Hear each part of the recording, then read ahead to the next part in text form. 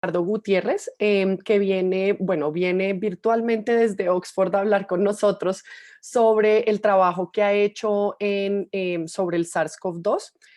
Para presentarles un poquito a Bernardo, él está haciendo en este momento su doctorado en la Universidad de Oxford bajo la mentoría del doctor Oliver Pybus.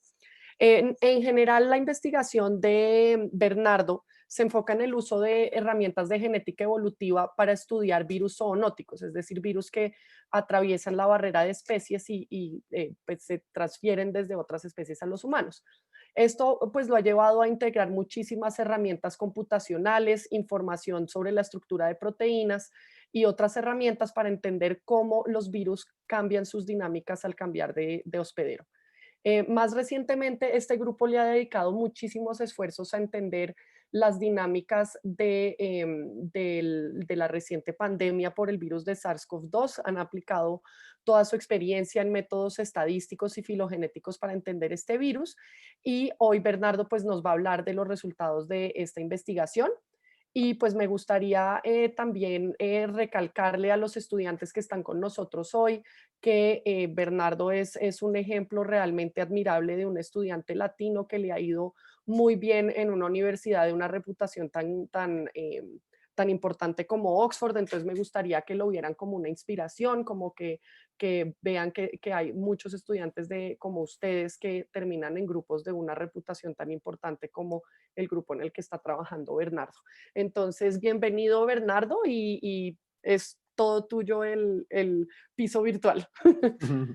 Muchísimas gracias por la invitación y por las palabras, Natasha. Es un gusto para mí presentarles un poco de estos resultados que en realidad salen en parte del trabajo en el que he estado involucrado y trabajo de algunos colegas cercanos a nosotros a lo largo de ya varios meses justamente trabajando con este virus que un poco naturalmente encajó con nuestros intereses de investigación, siendo justamente un grupo que trabaja específicamente en este campo que se llama epidemiología genómica.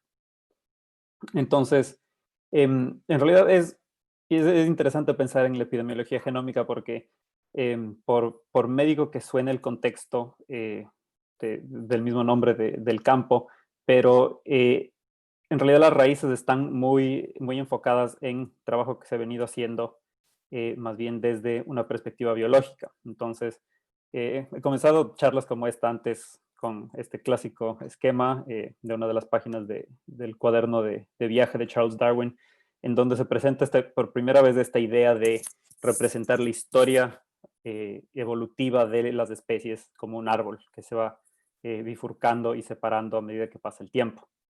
De hecho, si bien este es uno de los primeros esquemas, pero otro biólogo, Ernst Haeckel, también tenía un poco hasta como hobby esta forma de representar cómo las especies van evolucionando y cambiando a través del tiempo. Ahora, esta forma de representar historias evolutivas como árboles entra dentro de un campo que se llama filogenética. Y en realidad lo que nosotros hemos hecho, y por nosotros me refiero a investigadores por varias décadas que estudian enfermedades infecciosas, hemos utilizado esos fundamentos para transferirlos a estudiar procesos como epidemias o como pandemias. Ahora, la otra palabra interesante aquí es molecular. Y eso simplemente hace referencia a qué información usamos para reconstruir estos procesos.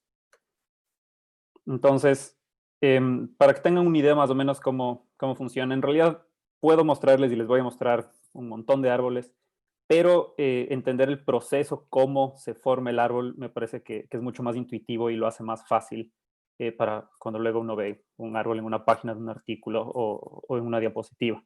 Entonces, en realidad el proceso es simplemente empezar con un individuo y de ese individuo pensar que van a haber descendientes, que a su vez van a tener descendientes, que a su vez van a tener descendientes. Y este proceso se va a dar, como vimos en esta animación, a lo largo del tiempo. Ahora, normalmente lo que nosotros tenemos para estudiar van a ser estos individuos representados con los círculos en las puntas.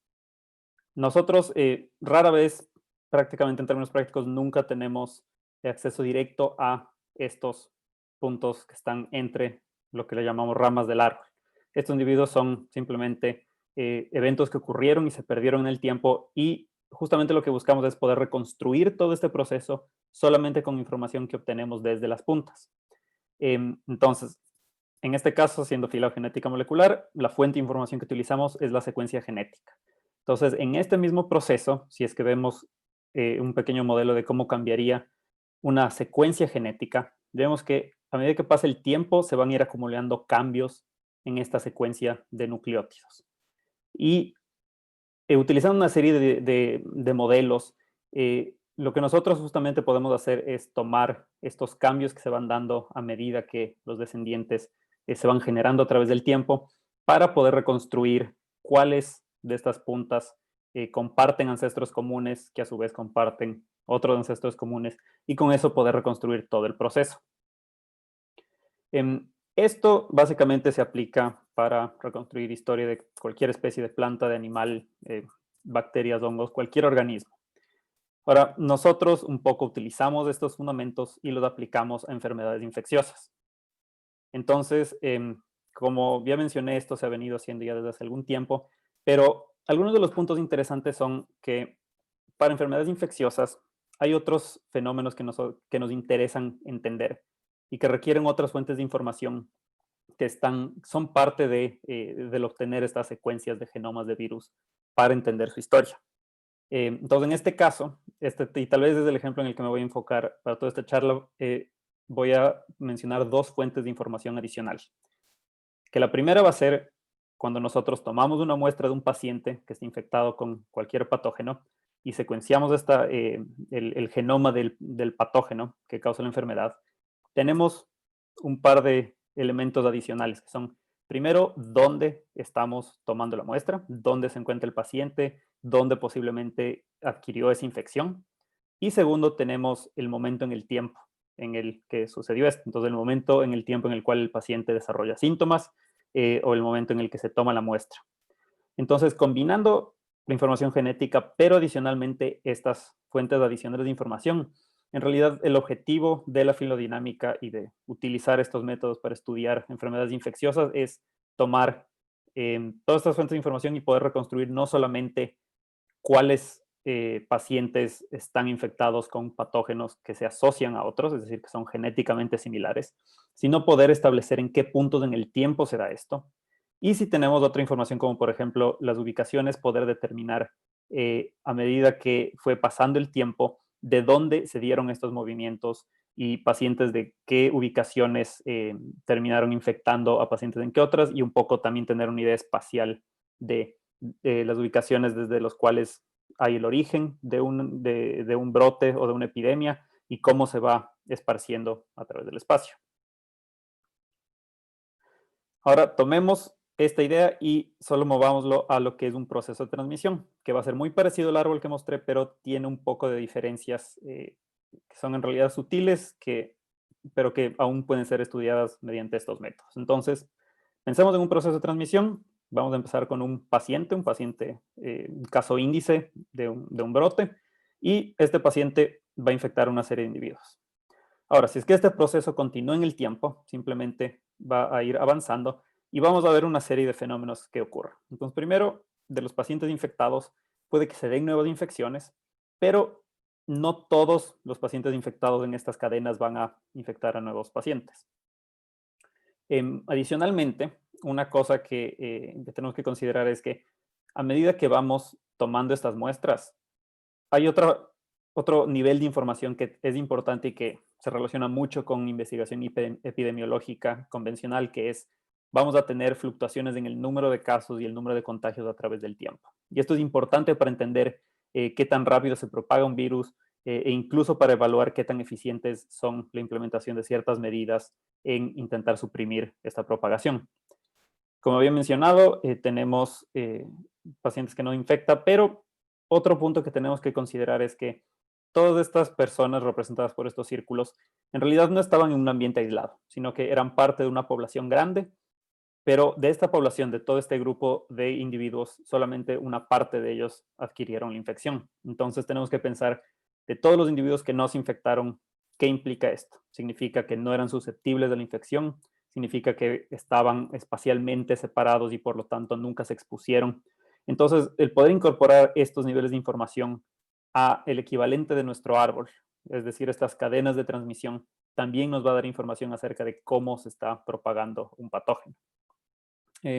Finalmente, lo que quería resaltar, como ya dije, tenemos algunos individuos en donde tal vez estas cadenas de transmisión mueren y no generan más infecciones, pero también vamos a tener escenarios como estos en los cuales un individuo genera un gran número de casos adicionales.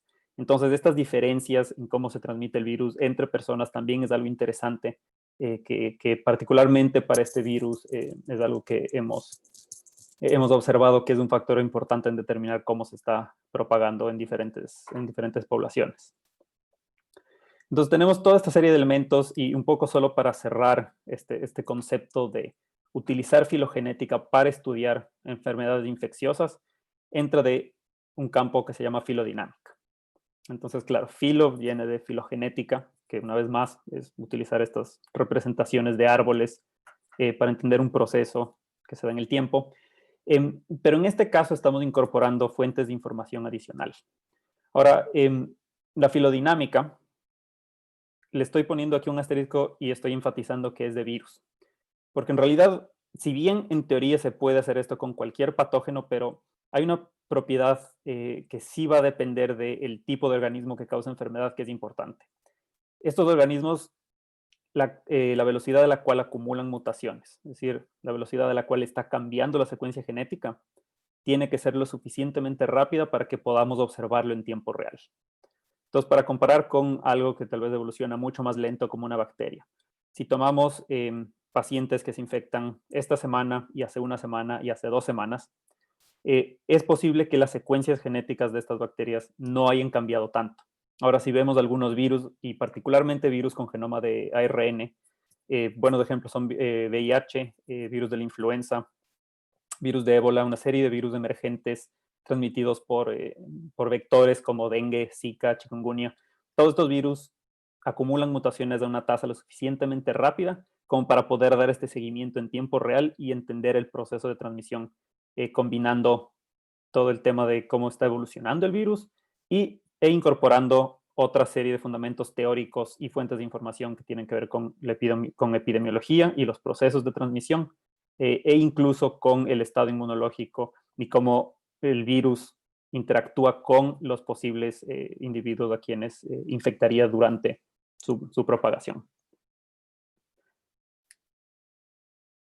Ahora, antes de entrar a algunos de los resultados y tal vez más conversación sobre lo que hemos estado trabajando sobre SARS-CoV-2, creo que sí es importante resaltar que en realidad, si bien es un campo relativamente nuevo, pero ya han habido una serie de investigaciones en las cuales se han ido desarrollando y solidificando y evaluando los métodos que estamos utilizando ahora. Y solo como por mencionar algo que entraremos más en detalle en un rato, los métodos que hemos utilizado hasta ahora, si bien a veces se aplican, pero ciertas características de esta pandemia implican que hemos tenido que reinventar un montón de cosas y eso también es un tema interesante justamente de este campo de la investigación. Entonces, como les había mencionado, vamos a enfocarnos en el tema temporal y el tema espacial, cómo se propaga en el tiempo y cómo se esparce en diferentes ubicaciones geográficas. En el tema temporal es interesante porque en realidad el fundamento teórico, que no voy a entrar más en detalle que decir, depende de más o menos entender y tener un modelo de cómo las mutaciones se van acumulando a lo largo del tiempo para, en este caso, un virus. Se han usado ya para estudiar algunos virus en el pasado. Este es un ejemplo particularmente interesante, la epidemia del virus de Zika en las Américas, que fue un virus que en realidad la última vez que se lo detectó estaba circulando en algunas naciones en el Océano Pacífico, y se dio una introducción en América que generó este brote particularmente explosivo. Fue bastante notorio en países más hacia el Caribe y países como Brasil. Y fue un escenario interesante justamente para desplegar una serie de tecnologías generar genomas del virus e intentar entender el origen y el punto en el tiempo en el cual se introdujo desde, haya sido cuál sea el origen, que hoy en día ya sabemos que fueron estas islas en el Pacífico, hacia las Américas. Entonces, en estos primeros análisis que se generaron, si es que vemos, tenemos, una vez más, las puntas van a representar los pacientes de los cuales se aisló, bueno, no se aisló el virus, pero se tomó una muestra y se secuenció el virus. Y al reconstruir toda la historia, podemos ver que ciertos puntos en el tiempo son los eventos en los cuales el virus se pudo haber introducido desde las islas del Pacífico hacia las Américas. Ahora, lo interesante con el virus del Zika es que sí hubo algo de discusión sobre en qué punto en el tiempo se dio esta introducción, porque hubieron algunos eventos masivos, particularmente en Brasil, que la gente especuló podrían estar asociados con que esos eventos fueron en los cuales se introdujo el virus. Entonces, claro, los importantes fueron justamente la Copa del Mundo y la Copa Confederaciones. También teníamos VA Sprint, que en realidad fue una copa, un torneo de velerismo. Y si es que vemos las fechas en las cuales estamos determinando que pudieron darse las introducciones, algo que en realidad sí fue inesperado hasta cierto punto fue ver que no coincide con los eventos más grandes y masivos como fueron los torneos de fútbol, particularmente la Copa del Mundo. Más bien parece que coincide con la Copa Confederaciones. Ahora, por supuesto, la idea no es establecer causalidad, pero sí nos da una idea de en qué punto en el tiempo se introduce y nos permite al menos comenzar a explorar la posibilidad de que hayan eventos que hayan contribuido con esto. Ahora, en un artículo que se dio de seguimiento un poco más tarde, otra cosa interesante que se pudo ver es, una vez que se tienen muchas más puntas en nuestro árbol, es decir, tenemos muchas más secuencias de genomas de diferentes regiones de Brasil, lo que podemos ver es en esta línea entrecortada está marcado la fecha en la cual se identifica el primer caso que es reportado públicamente. Pero si vemos toda la reconstrucción, vemos que tenemos algunos meses en los cuales aún estamos infiriendo que hay transmisión del virus dentro de varios lugares en Brasil. Entonces, es una herramienta interesante porque también nos permite entender qué tan buen trabajo estamos haciendo de vigilancia de enfermedades. Entonces, en este caso, al tener un periodo de tiempo en el cual aparentemente había transmisión, pero no se estaba detectando esta transmisión, nos permite identificar estos posibles huecos y estos posibles puntos débiles para reforzar y mejorar la implementación de políticas de vigilancia y de mitigación del riesgo y de salud pública. Y por poner un ejemplo, más bien de la contraparte, que en realidad siempre están interrelacionadas, el tema de cómo se propaga en el espacio y el tema de cómo se propaga en el tiempo un virus. Tal vez uno de los mejores ejemplos que teníamos hasta antes de esta pandemia era el brote del virus del ébola en África Occidental. Fueron 3 países principalmente afectados, Sierra Leone, Liberia y Guinea, y utilizando simplemente información de secuencias genómicas que fueron generados por una serie de grupos de varios lugares en el mundo que contribuyeron a enfrentar la respuesta a esta epidemia, aplicando las mismas técnicas, teniendo una serie de secuencias, reconstruyendo la historia evolutiva y luego tomando las ubicaciones en donde se obtuvieron las secuencias para este árbol. Se puede básicamente tomar esta reconstrucción y proyectarla hacia un mapa y tener una idea de cómo se propagó en el espacio. Y claro, en este caso, en esta representación que fue particularmente interesante, se pueden identificar estas dos ubicaciones, Kisidugu y Huequedú, que son 2 poblados en donde era posible que se dé el origen y la propagación masiva del virus hacia los 3 países. Este es un punto en donde se comparten las fronteras. Y en realidad esto es información que coincide con los datos de vigilancia epidemiológica tradicional, en los cuales sí, los primeros grupos de casos coincidieron con poblaciones en esta zona. Entonces, una vez más, es tener diferentes fuentes de información que más o menos nos llevan a conclusiones similares que nos da más confianza en las conclusiones que estamos obteniendo.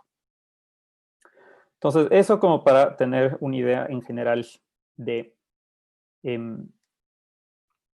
de qué es lo que se ha hecho antes.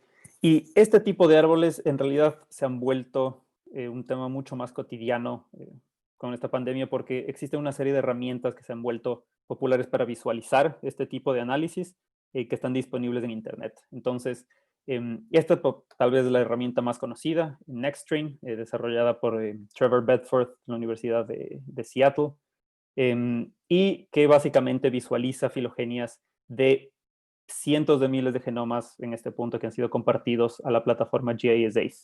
Todo esto fue originalmente diseñado para hacer vigilancia de virus de la influenza, pero se ha traducido perfectamente bien para hacer vigilancia en este caso, SARS-CoV-2. Ahora, de lo que voy a mencionar del trabajo que hemos hecho nosotros, hay dos proyectos que voy a enfatizar, porque me parece que primero son proyectos con los que estoy familiarizado, porque he trabajado o directamente o muy cercanamente con ellos. Y segundo, porque creo que son buenos ejemplos de esfuerzos colaborativos que han generado información absolutamente valiosa. Y el primero es justamente el proyecto CADE en Brasil. Es un proyecto co-manejado por la Universidad de Oxford y la Universidad de Sao Paulo.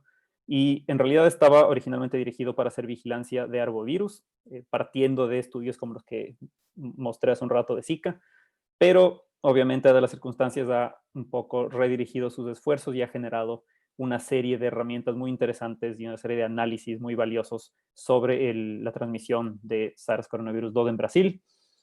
Las visualizaciones que tienen estos proyectos se dan en esta plataforma MicroReact, entonces si es que es algo que les interesa, les recomiendo que revisen un poco los datos, porque adicionalmente estas páginas son interactivas y te permiten un poco jugar con los mapas, con los árboles y explorar los datos a libertad. Y el segundo proyecto grande es el consorcio COG del Reino Unido, que en realidad fue una iniciativa público-privada para financiar a varios centros de investigación y a varias universidades en todo el Reino Unido para generar genomas de los 4 países del Reino Unido: Inglaterra, Escocia, Gales e Irlanda del Norte. En realidad los esfuerzos de COG UK tal vez han sido el ejemplo más fructífero por la cantidad de genomas que se han generado. En la actualidad estamos por encima de los 100.000 genomas en GISAID, de los cuales COG UK ha generado más de 43.000. Entonces, acercándose al 50% de los genomas generados a nivel mundial provienen de este esfuerzo, y esta densidad de muestreo nos permite hacer análisis que no han estado disponibles en epidemias anteriores. Ahora, hablando justamente de esta densidad de muestreo, tal vez una de las formas para sacarle el provecho a este tipo de análisis se dan justamente intentando hacer esto, intentando tener un muestreo representativo. Y aquí voy a tener la desfachatez de poner el muestreo perfecto, que no existe en realidad, pero aproximarse a lo que sería un muestreo ideal, por lo menos, lo que busca es justamente alcanzar un número de secuencias de genomas del virus que se está estudiando que sean proporcional a los números de casos que se están viendo. Entonces, estos son los datos del primer análisis de CABE, en donde podemos ver que hay una correlación entre el número de casos y el número de secuencias que obtuvieron. Algo parecido si es que se utiliza otra medida del número de casos, que es el número de muertes reportadas por este virus.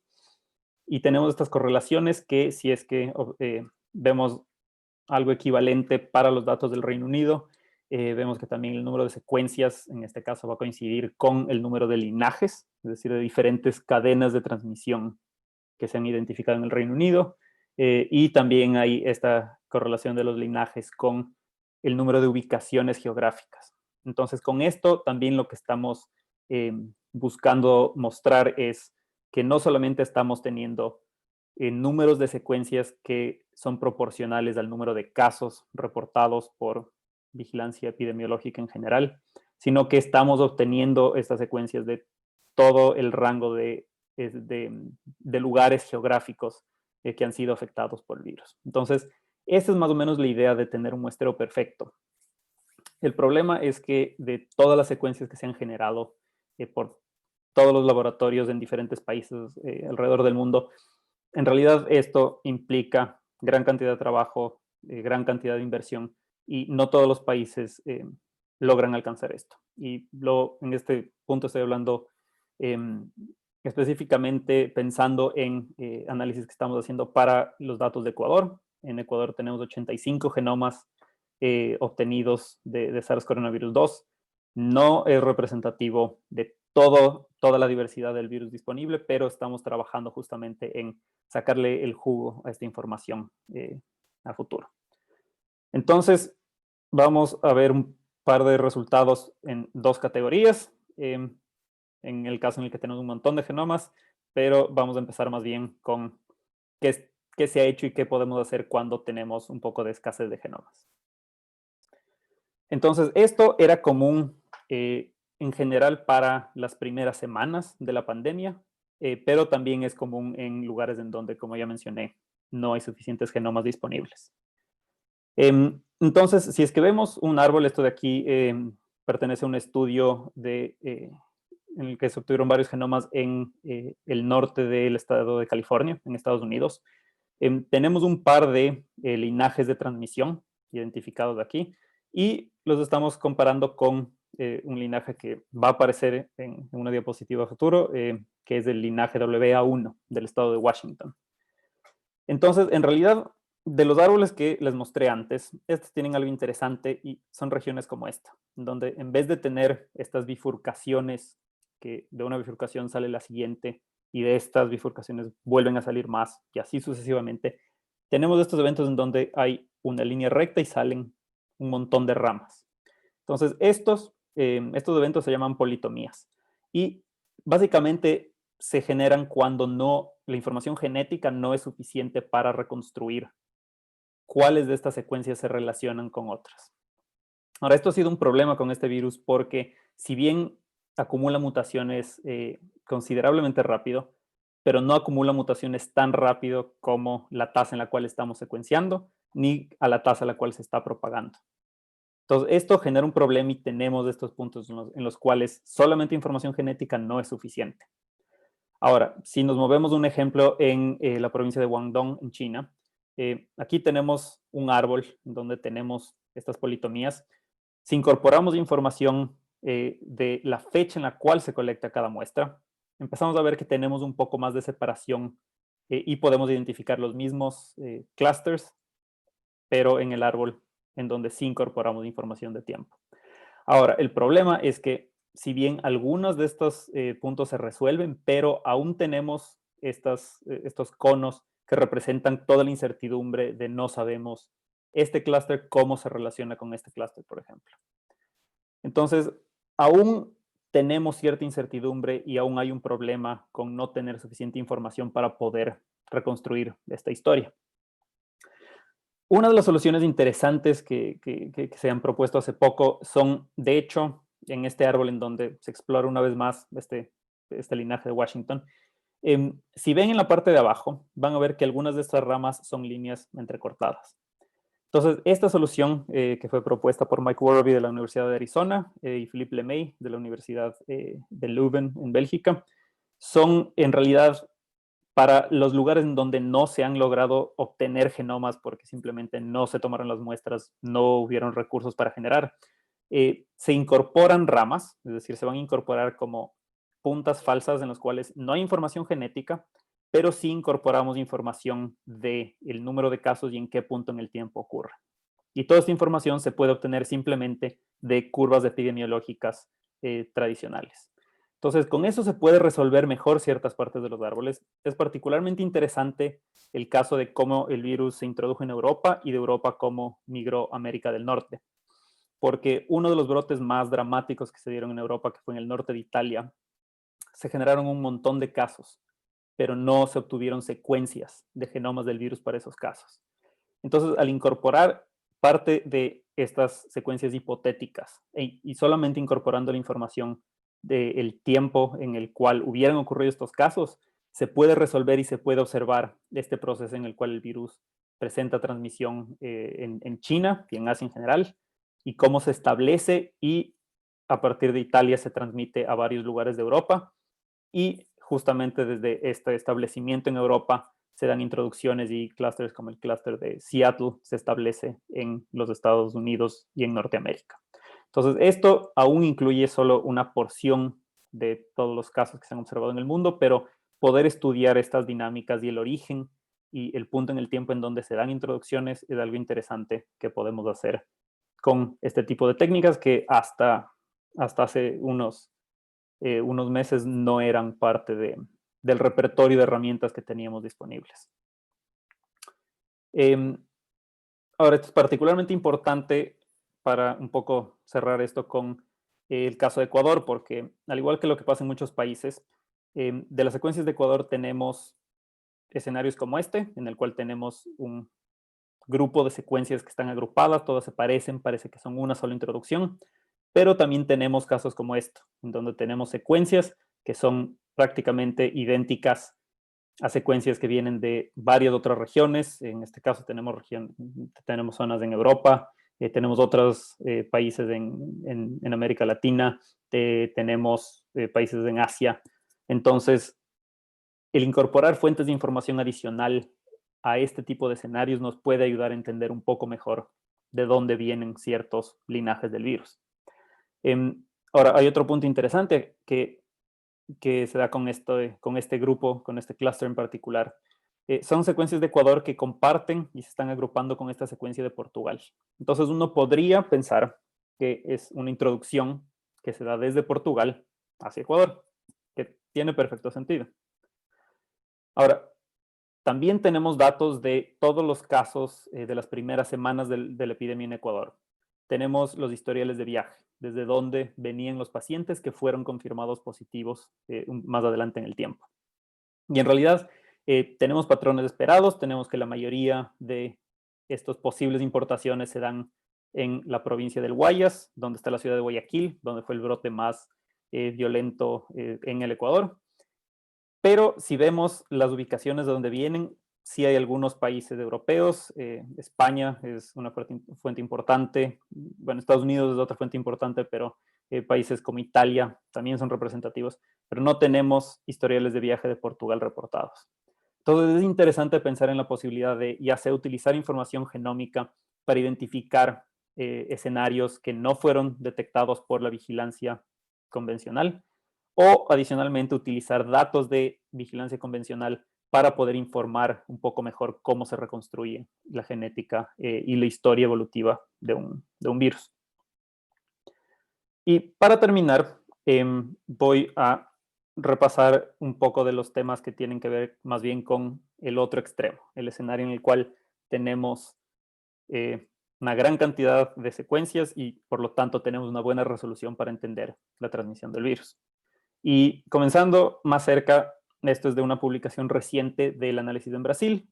Esto fue realizado por Darlene Cándido, que es otro estudiante de doctorado en nuestro grupo.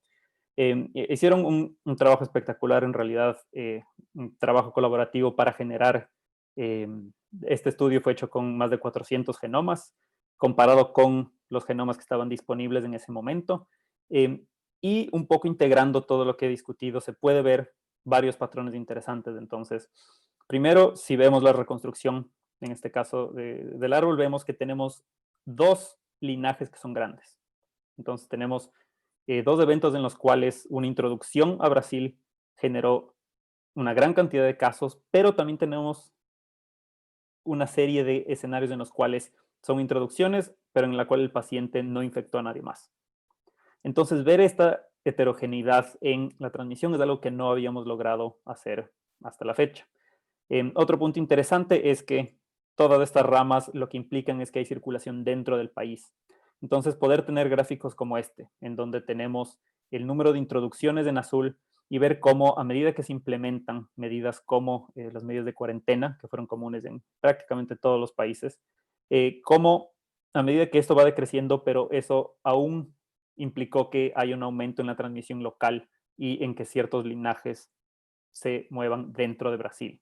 Entonces, este tipo de análisis también son interesantes para poder marcar en el espacio cómo en algún punto en el tiempo se da transmisión entre localidades que son cercanas. Entonces, todo esto está concentrado en el sudeste de Brasil, en donde están las dos ciudades grandes, Río de Janeiro y Sao Paulo, y cómo hay un poco de importaciones a algunas localidades más lejanas a este epicentro en Brasil, pero esto se da durante la primera fase.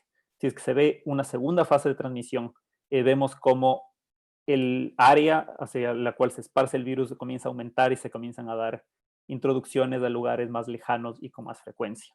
Entonces, entender esto ayuda a también pensar si es que se toman medidas específicas para contener la transmisión en una región de un país, cómo puede afectar esta movilidad del virus hacia otras regiones. El caso con los más de 40.000 genomas del Reino Unido es más complicado, porque visualizar un árbol con tantas secuencias es prácticamente, no tiene mucho sentido, no es fácil de interpretar. Entonces, en este caso, al tener una cantidad de genomas tan grande, que depende del estimado, pero creemos que representa 0.7% de todos los casos del Reino Unido, lo que hacemos es simplemente utilizamos el árbol para identificar lo que llamamos estos linajes de transmisión, que son similares a los que vimos en el árbol en Brasil. Entonces, claro, tenemos que tener en cuenta que vamos a tener escenarios, al igual que en Brasil, en donde un paciente se infecta, pero no infecta a nadie más. Vamos a tener linajes que hemos logrado secuenciar casi todo el linaje, por no decir todo. Vamos a tener algunos escenarios en los cuales tenemos algunas secuencias, pero no todas. Es decir, van a haber pacientes de los cuales simplemente nunca obtuvimos la muestra, nunca logramos secuenciar estos virus. Y vamos a tener incluso linajes enteros que simplemente no están representados en nuestros datos. Pero lo interesante de este sistema es que al menos los linajes más grandes esperamos por probabilidad que sea más fácil capturarlos con nuestro muestreo y obtener secuencias. Entonces, de este tipo de análisis, no nos interesa tener árboles, pero sí nos interesa entender en el tiempo y en el espacio qué está pasando con el virus. Y esto de aquí es un gráfico en donde tenemos simplemente una línea de tiempo y tenemos los 50 linajes más grandes. Entonces sería el equivalente a los linajes que en el árbol de Brasil representan estos clústeres de transmisión que están propagados. Y en este caso, teniendo los 50 linajes más grandes, voy a tener un pequeño zoom, hay algunos patrones interesantes que, de nuevo, era algo que nunca habíamos podido ver de esta manera en ninguna epidemia o pandemia antes.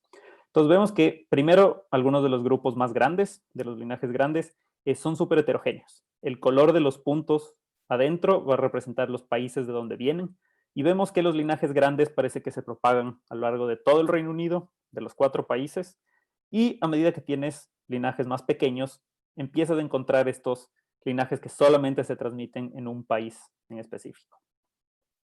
Ahora, otro patrón interesante que se ve, y ahora estamos viendo la parte de abajo de este gráfico, es que las estrellas que se ven aquí son la fecha en la cual, con la reconstrucción del árbol, inferimos que fue la fecha en la cual se introdujo el virus al Reino Unido.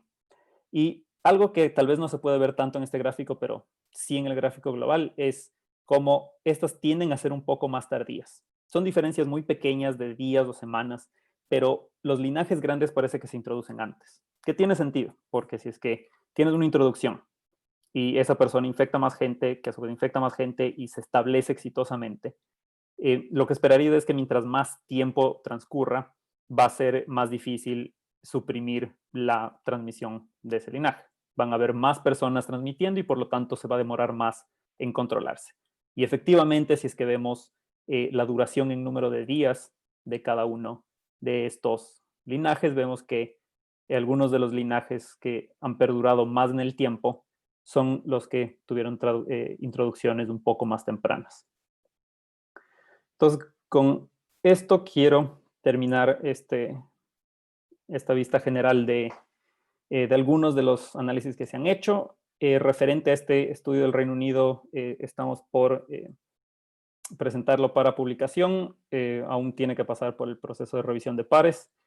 Trabajos como el de Brasil ya están publicados y en realidad, a medida que estamos entrando en nuevas fases de esta pandemia, hay grupos en todo el mundo que siguen analizando datos e intentando utilizar estas herramientas, ya sea los métodos que ya existen o desarrollar nuevos métodos para poder entender un poco mejor cómo se transmite este virus y e idealmente también poder expandirlo hacia otros virus. No me quiero expandir mucho más con el tiempo. No hay forma en la cual pueda poner en una diapositiva la cantidad de gente que aporta para que cosas como estas se desarrollen. Desde tercera vez que menciono todos los laboratorios alrededor del mundo que han generado genomas, los grupos y consorcios gigantes que hacen estos análisis. En esta diapositiva solo incluyo algunas de las personas fantásticas, debo agregar, con las que trabajo un poco más de cerca, pero en realidad hay mucha gente a quien agradecer y creo que este es un gran ejemplo de un caso en donde el tener una mentalidad un poco más abierta a compartir datos de verdad está ayudando a generar avances en la ciencia y en cómo entendemos a las enfermedades infecciosas más rápido que otras veces en el tiempo. Entonces, con eso les agradezco a todos por su presencia y quedo abierto y pendiente de cualquier pregunta que puedan tener. Muchísimas gracias.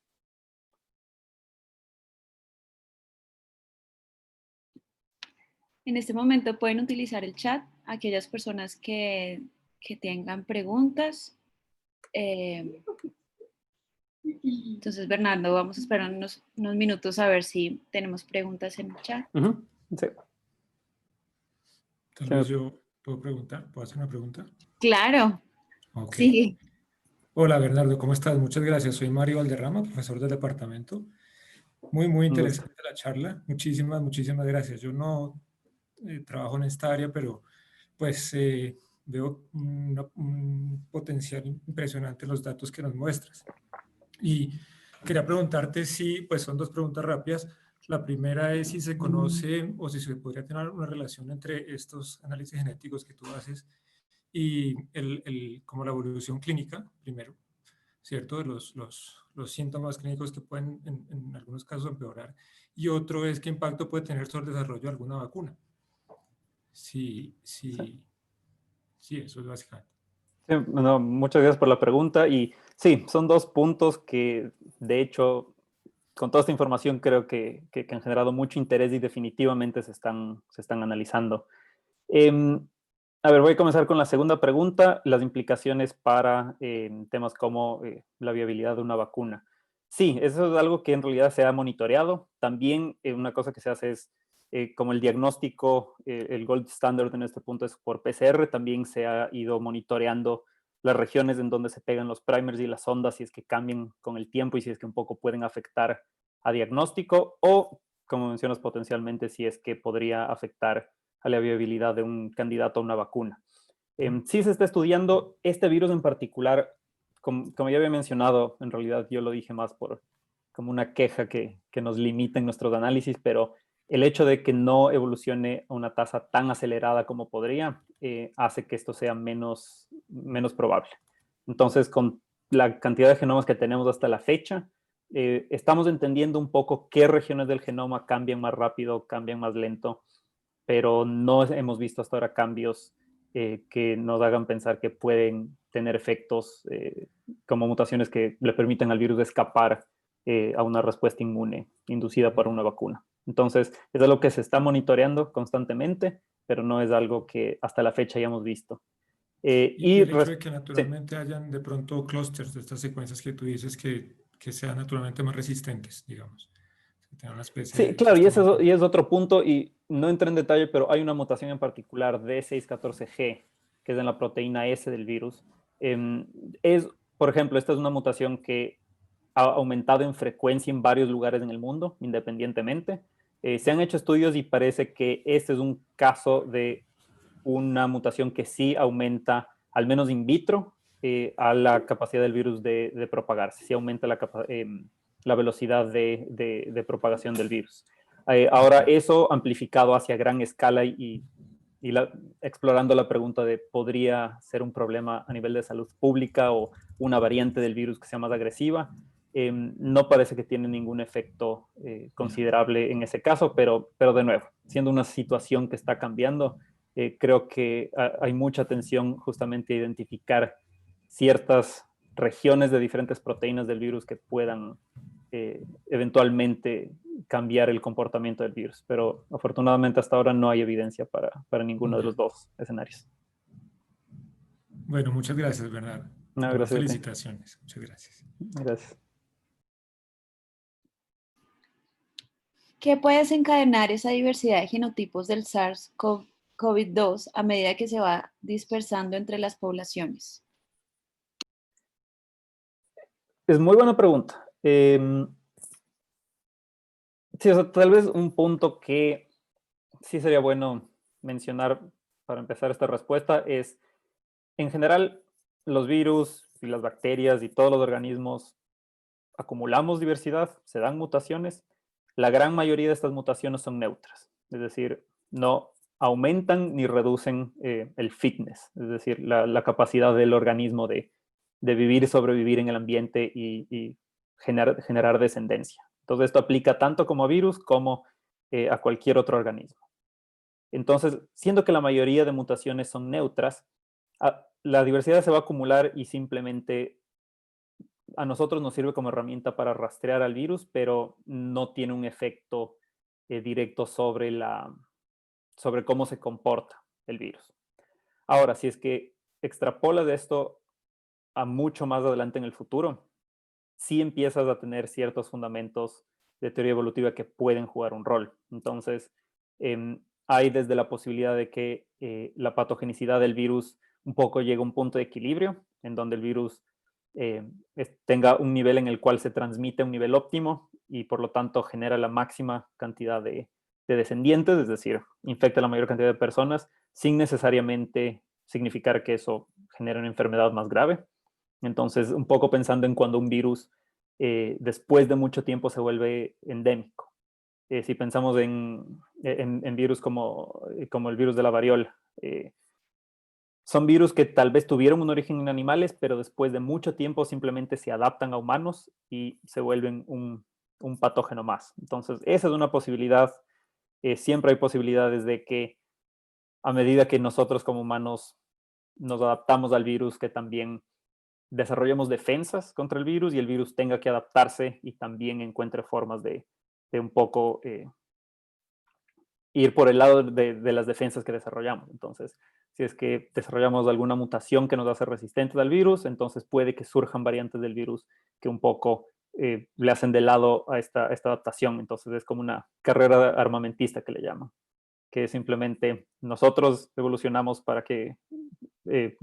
para minimizar los efectos del virus hacia nosotros y luego el virus se adapta y hay virus en los cuales sí se ha visto eso. El ejemplo más común es más bien con un virus que infecta conejos, virus de Myxoma. En Australia hay una historia muy interesante justo de estas adaptaciones, pero es difícil predecir con certeza. Son un montón de factores que pueden jugar roles, entonces le estamos siguiendo a medida que el virus cambia, pero no esperaría, al menos en un futuro cercano, ver cambios dramáticos que afecten mucho cómo se comporta y cómo entendemos al virus.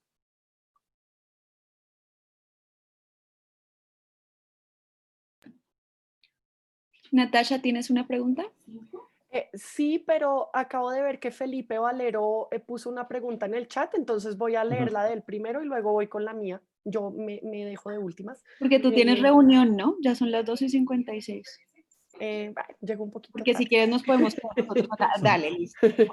Mira, Felipe Valero estaba preguntando que si han visto cómo puede interactuar este virus con otros virus. Digamos, a alguien le podría haber atacado el virus del Zika o algún SARS-CoV-2 y podría surgir una mutación más o menos estable en el tiempo del SARS-CoV-2. Muy interesante pregunta. No soy la persona correcta para responder esto, no he entrado en detalle, pero claro, la posibilidad primero de que haya coinfección y qué efectos clínicos tiene esto es un tema interesante.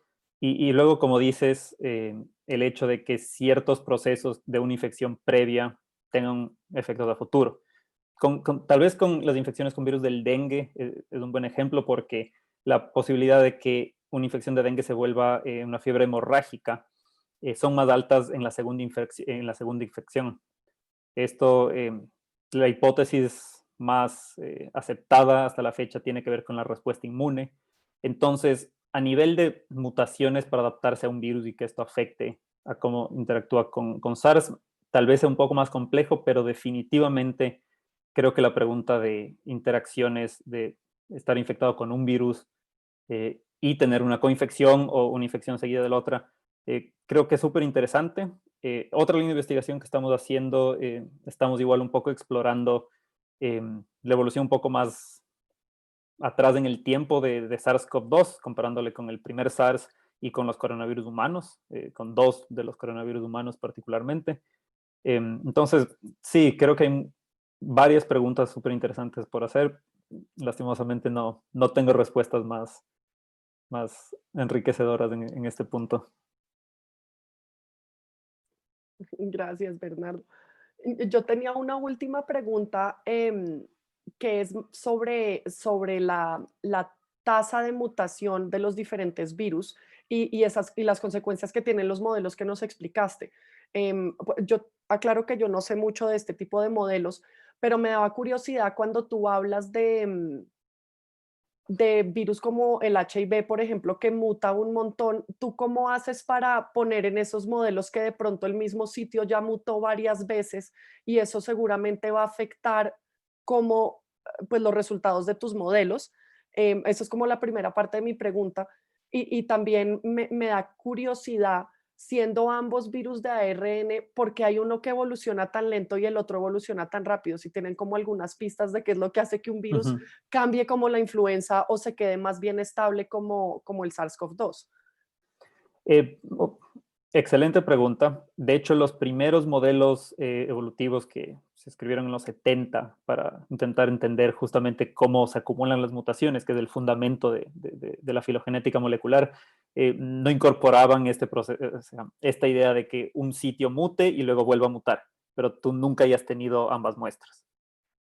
Los modelos más actuales incorporan solo la probabilidad de que se dé un cambio de cualquier sitio a cualquier otro y tratan el proceso como no sé qué tan familiarizada estás con esto, pero es como un proceso Markov. Entonces es ingenuo al tiempo, es decir, el estado anterior de un sitio es independiente del estado previo.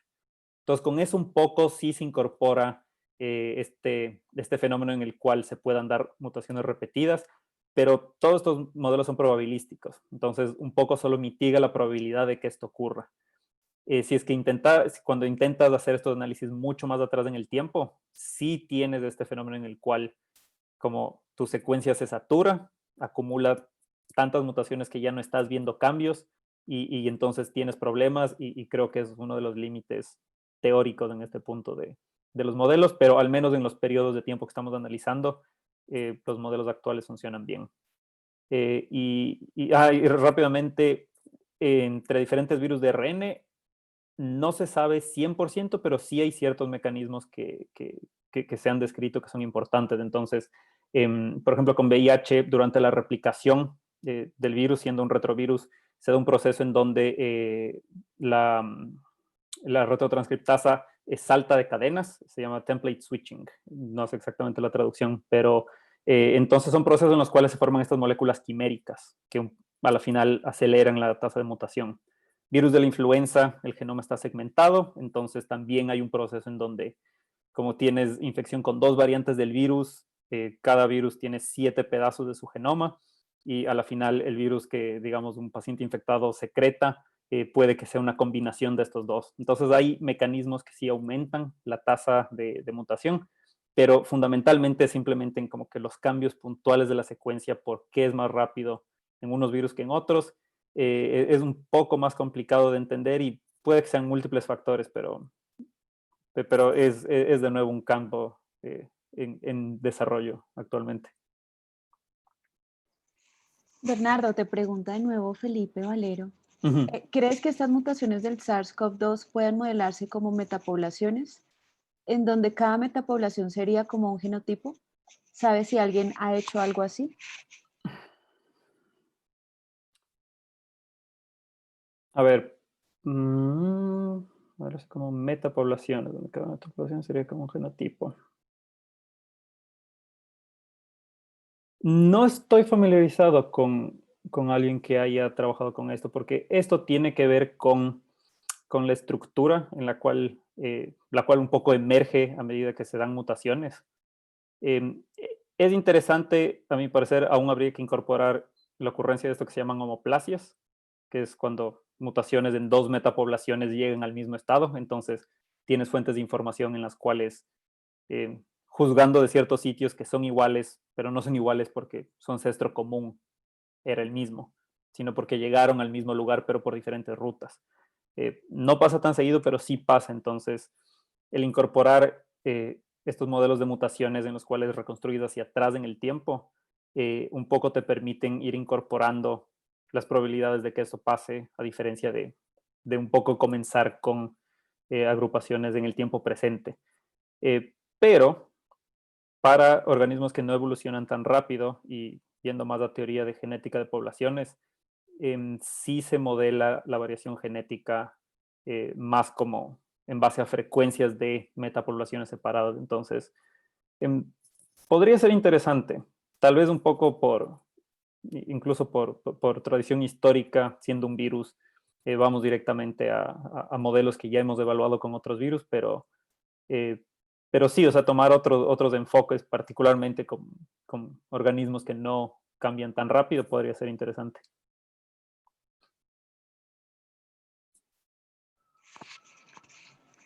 Bueno, parece que ya no tenemos más preguntas. Entonces, Bernardo, te agradezco mucho de parte del Departamento de Ingeniería Biomédica. Espera, sí tenemos otra pregunta. Dicen, Sí. ¿crees que estas mutaciones del SARS-CoV-2 puedan modelarse como metapoblaciones? No, espera. Ya- No, no, no, que creo que perdón, estaba perdón, escribiendo, acá. sí, estaba escribiendo después y esa es la pregunta. Aquí Eh, está. ¿Cómo terminas? Ya la leíste, ¿no? ¿Cómo terminaste haciendo el sí. doctorado en Oxford? Terminé en Oxford porque hice mi maestría en Escocia, y en Escocia mi tesis de maestría la hice con Andrew Rambaud, que escribió uno de los programas que se usan para estos análisis. Em, y un poco conversando con él después de la maestría, él me recomendó que aplique a Oxford.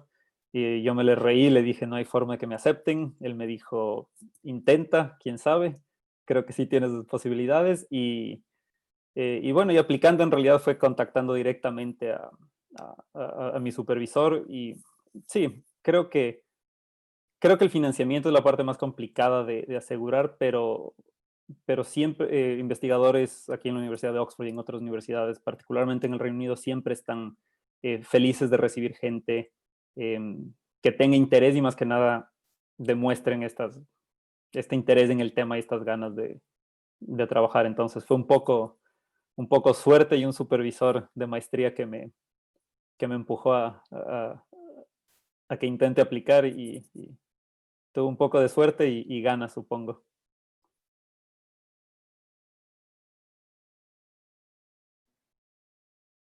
Bien, te dicen que muchas Sí. gracias. Entonces, bueno, ahora sí te despido. Muchas gracias de verdad por venir y formar parte de este espacio, por compartir tu valioso trabajo con nuestra comunidad. Entonces, te agradecemos mucho de parte del Departamento de Ingeniería Biomédica. No, muchísimas gracias a ustedes, a todas las personas que se tomaron el tiempo para ver esta charla. No, y por cualquier tema, estamos siempre abiertos y dispuestos a responder preguntas o cualquier tema que surja. Aquí estamos, no duden en contactarme a mí o cualquiera en nuestro grupo. Súper, ahí se quedaron con tu correo y tus redes. Sí. Perfecto. Muchas gracias, Bernardo. Muchísimas gracias, Excelente Natasha. charla. Entonces, para Muchas nuestros gracias. asistentes, los esperamos el próximo lunes a la misma hora con un diferente seminario y guía. Hasta luego.